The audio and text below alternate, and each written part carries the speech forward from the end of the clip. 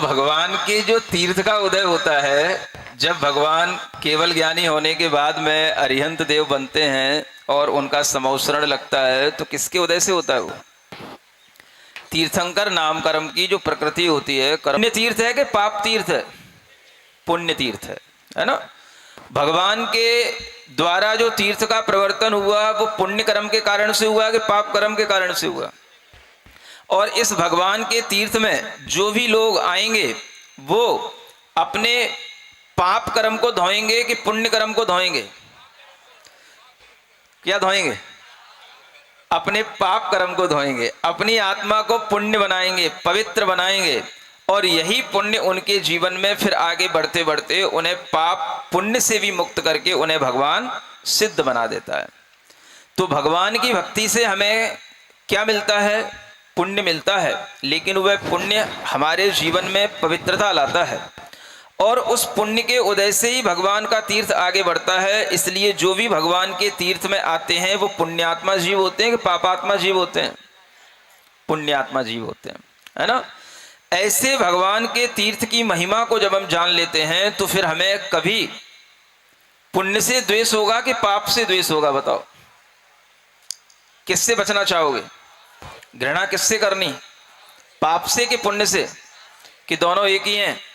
पाप पुण्य मिल माए, क्या बोलते हो, हाथन बेड़ी डाली है? तो दोनों एक ही हैं कि दोनों अलग अलग हैं? बापू नगर वालों बोलो जल्दी ढंग से, तुम्हें ही समझाने बैठा हूं और किसी को नहीं समझाना मुझे। सब बापू हो गए, हमारे भी बापू हो जाते हैं कई लोग तो, है ना। तो पाप और पुण्य दोनों आपके लिए एक हो जाएगा। तो भगवान अरिहंत देव में जो तीर्थंकर रूप है वो और सामान्य केवली है वो, उनमें कोई अंतर ही नहीं रह जाएगा। सुनते हो? यूं तो अनेक अरिहंत बन जाते हैं, लेकिन जो तीर्थंकर केवली होते हैं उनका अपना विशिष्ट महात्म्य किस कारण से होता है? इसी पुण्य कर्म के कारण से होता है। जिनके तीर्थ में अनेक और मुनि महाराज केवली बन जाएंगे, लेकिन तीर्थ उनका नहीं चलेगा। तीर्थ किसका कहलाएगा? भगवान महावीर स्वामी का, भगवान आदिनाथ का। इसलिए पुण्य और पाप एक जैसे नहीं होते हैं, ये हमेशा दिमाग में रखना। और जैसा आप पाप के साथ अपनी मानसिकता बनाते हैं वैसी पुण्य के साथ नहीं बनाना। और अगर आपने वो मानसिकता पुण्य के साथ भी बना ली कि पुण्य से भी हम द्वेष करते हैं, पुण्य भी हमारे लिए कैसा है? घृणा की चीज है, तो फिर आप जीवन में कभी भी भगवान की भक्ति का रसपान नहीं कर पाओगे। आपके अंदर आस्था तो अभी भगवान से सही ढंग से पैदा हुई नहीं, और उससे पहले ही आपने पुण्य को और द्वेष का कारण बना लिया, तो फिर आप कभी ना भगवान से अपना विश्वास जमा पाओगे, ना भगवान की भक्ति से अपना विश्वास जमा पाओगे। सुन रहे हो?